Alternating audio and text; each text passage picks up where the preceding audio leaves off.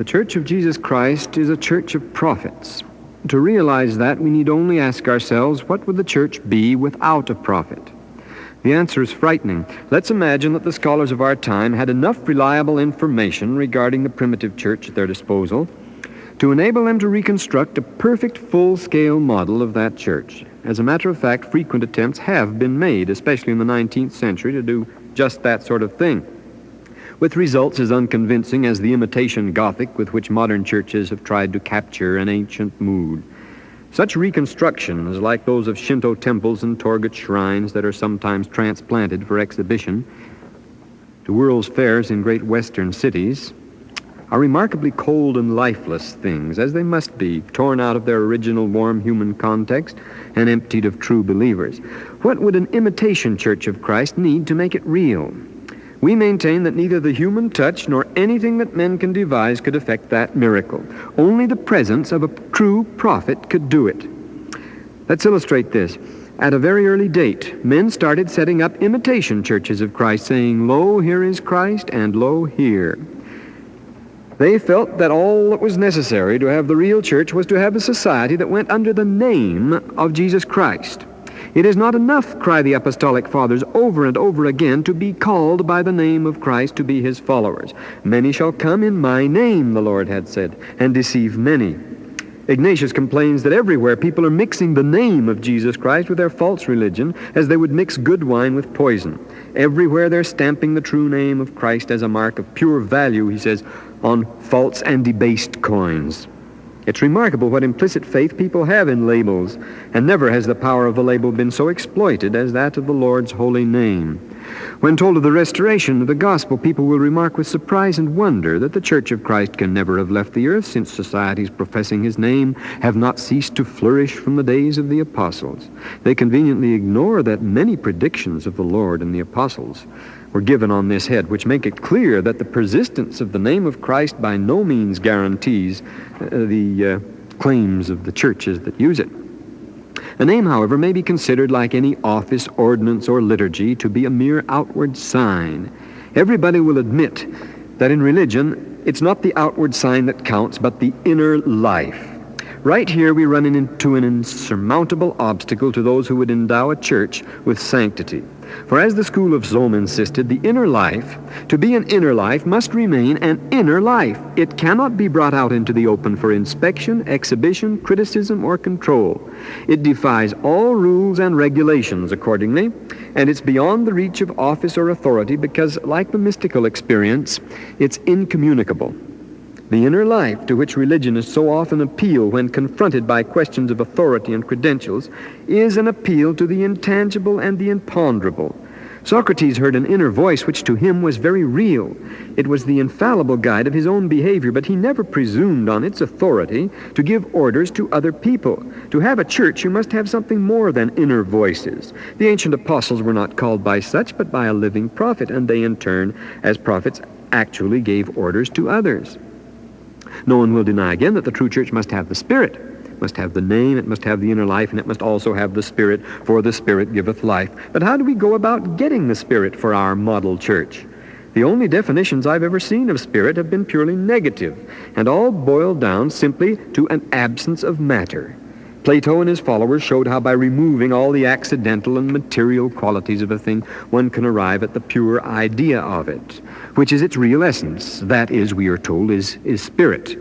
I believe the immense influence of Plato and Aristotle on the theology of the later church is to be attributed primarily to the inestimable service they performed in making it possible for churchmen to talk meaningfully about spirit, that all-important thing of which they'd lost all comprehension in the old Christian sense. Had to go to the philosophers for it. Let's recall how grateful Augustine was to Plato, for example, who alone, he says, opened his eyes to the reality of immaterial being and thus made it possible for him to believe on God and join the church. In modern times, it's become popular to identify spirit with mood, atmosphere, feeling, and so forth, and to describe its workings in terms of aesthetic or emotional experiences. But to do that is to make the Spirit a very common thing indeed. Yet nothing is more evident than that the Spirit of which the real Christians spoke was a very rare and special thing known only to the saints. Such man-made spirit might add a lot to our man-made church, but it would never convert it into the Church of Jesus Christ. Well, in order to operate in an orderly fashion, our visible church must have some recognized authority, but since all organizations have that, we must go still further. Ours must be divine authority. Surprisingly enough, this can be rather easily supplied in two ways, historically and rationally. To establish divine ecclesiastical authority on historical grounds is actually the main business of church history. In the 4th century, as we've seen in an earlier talk, thinking men seriously doubted whether the church still had authority to act in the name of God. To settle doubts on this head, the great Eusebius established a study of church history, as it has flourished ever since his day, with the deliberate intention of proving that the church that survived in the world could trace its lines of authority in unbroken succession right back to the apostles. But right at the outset, Eusebius tells us that he finds the materials quite inadequate. It was therefore necessary, as Edward Schwartz, Caspari, Walter Felker, and others have pointed out very recently, to reconstruct the whole record backwards, rewriting church history in retrospect, selecting, altering, inventing whatever evidence was necessary to prove the case of the church. One cannot escape the suspicion, wrote Harnack, summing up the whole early period of church history writing, that present-day historians are still much too trusting in their attitude toward this whole literature. We stand almost everywhere more or less helpless in the face of a systematically fabricated tradition. End of quote from Harnack. If men want to prove the authority of their churches by historical evidence, systematic fabrication can meet any demands. Only the resulting proof can hardly endow any organization with genuine authority.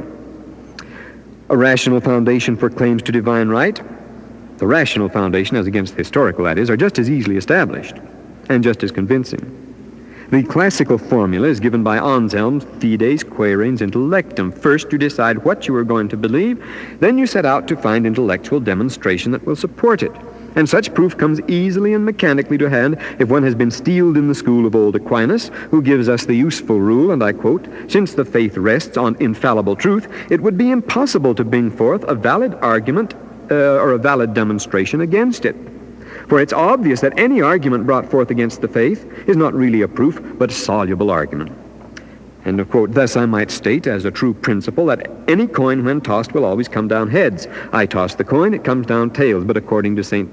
Thomas's convenient rule, that toss doesn't count. It must be ruled out since it refutes a true principle. And so by disqualifying all unfavorable tosses, or in church history, all unfavorable evidence, I can demonstrate my doctrine that any coin when tossed will always come down heads.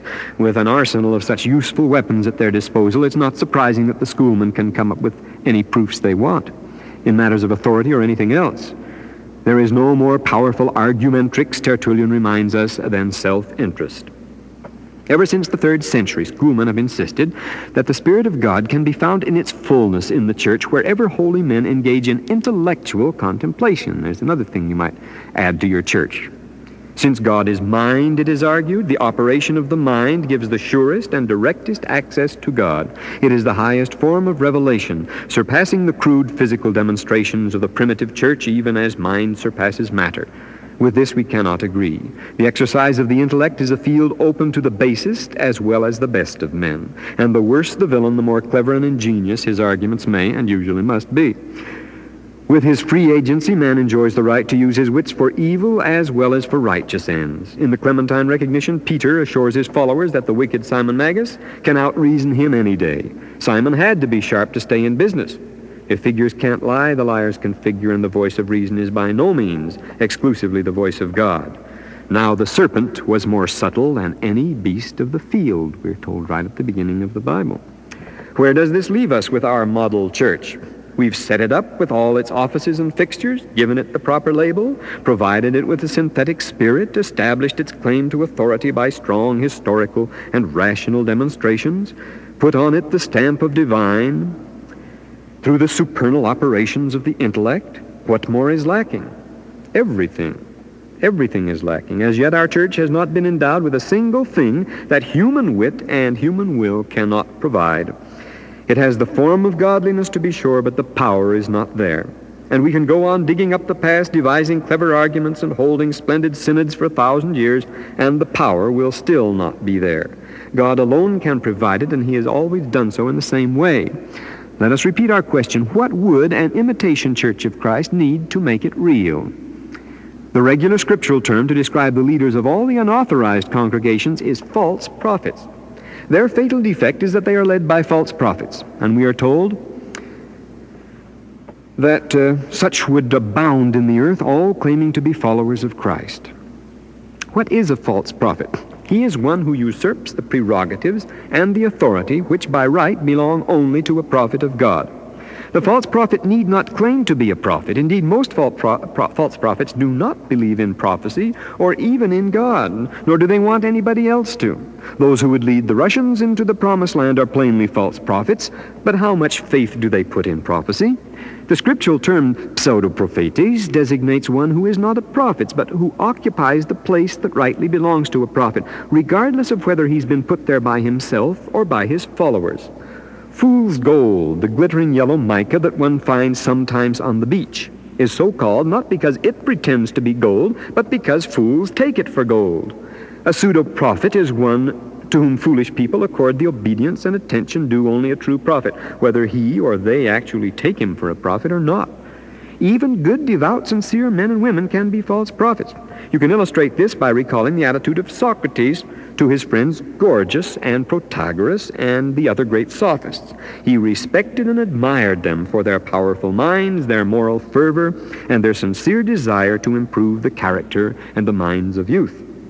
Yet for all that, these men are, in Socrates' book, dangerous deceivers, all of them, for they are teachers of false doctrine. Socrates didn't consider himself qualified to guide the lives of his fellows. All his life he sought for one so qualified. What he was looking for was a prophet, as Professor Jaeger has indicated in the case of his disciples. And when he insisted that he had never found such a man, and that those who thought themselves most qualified were even less worthy than he, his boldness cost him his life. His pupil Plato pokes fun at the way the sophists accept the worshipful adulation of the multitude and of their disciples. For nothing disturbed him more than the incurable tendency of the schools to make false prophets out of good men.